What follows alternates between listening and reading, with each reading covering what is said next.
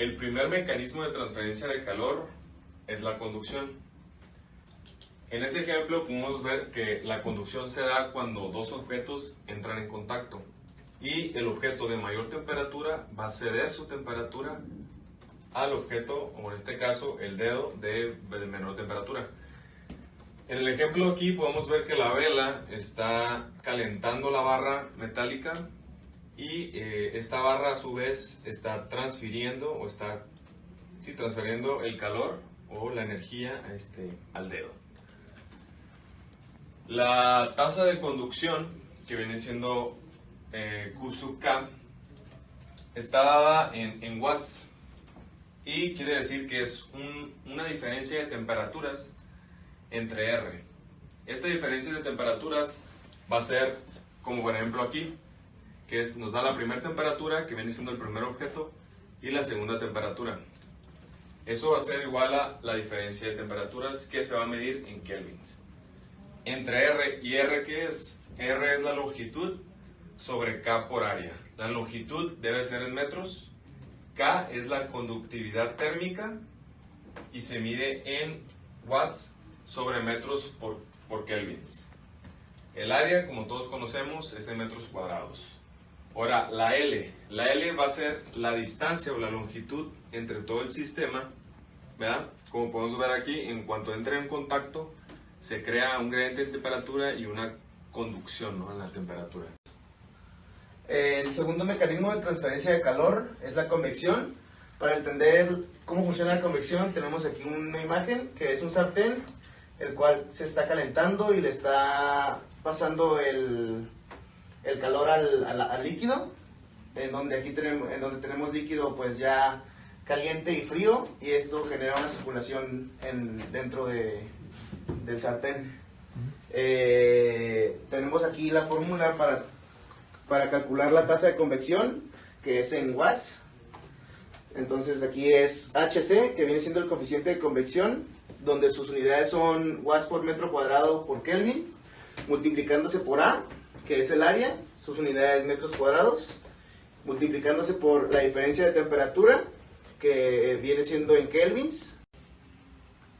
El tercer mecanismo de transferencia de calor se trata de la radiación. La radiación es cuando el calor es emitido por un cuerpo a otro cuerpo sin que estén en contacto. Tenemos que tomar en cuenta que el calor es emitido por un cuerpo debido a su temperatura. Tenemos como ejemplo al Sol, que está mandando el calor debido a su temperatura hacia la superficie de una casa. Para medir la radiación tenemos la siguiente fórmula. Aquí elegimos la fórmula de un cuerpo negro y un cuerpo gris. Cuando hablamos de un cuerpo negro es el que absorbe la mayoría del calor y el cuerpo gris no. La fórmula es Q sub índice R, que es igual al área donde se está transmitiendo el calor, la emisividad del cuerpo multiplicada por la constante de Stephen-Boltzmann, y a su vez se multiplica por la diferencia de temperatura y cada una elevada al cuadrado, a la cuarta potencia. Bueno, aquí tenemos un problema de conducción.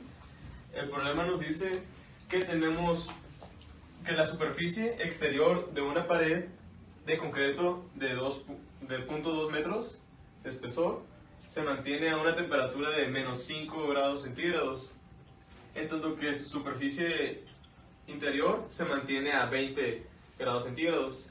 La conductividad térmica del concreto es de 1.2 watts sobre metro Kelvin. Tenemos que determinar la pérdida de calor a través de una pared de 10 metros de longitud y 3 metros de altura. Aquí tenemos la pared que se muestra, que es de 0.2 de espesor. Tenemos que de un lado hay menos 5 grados centígrados, del otro 20, y queremos ver cuál es la transferencia de calor. También aquí podemos ver los datos. Vamos a la siguiente fórmula de transferencia por conducción, la cual es la diferencia de temperatura entre la resistencia.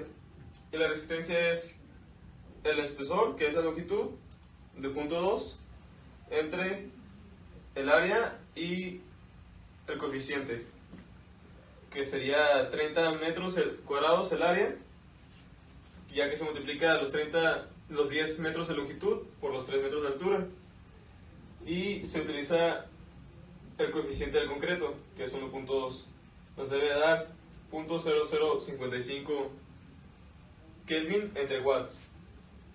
Aquí la diferencia entre temperatura se puede dejar en grados centígrados, no hay problema.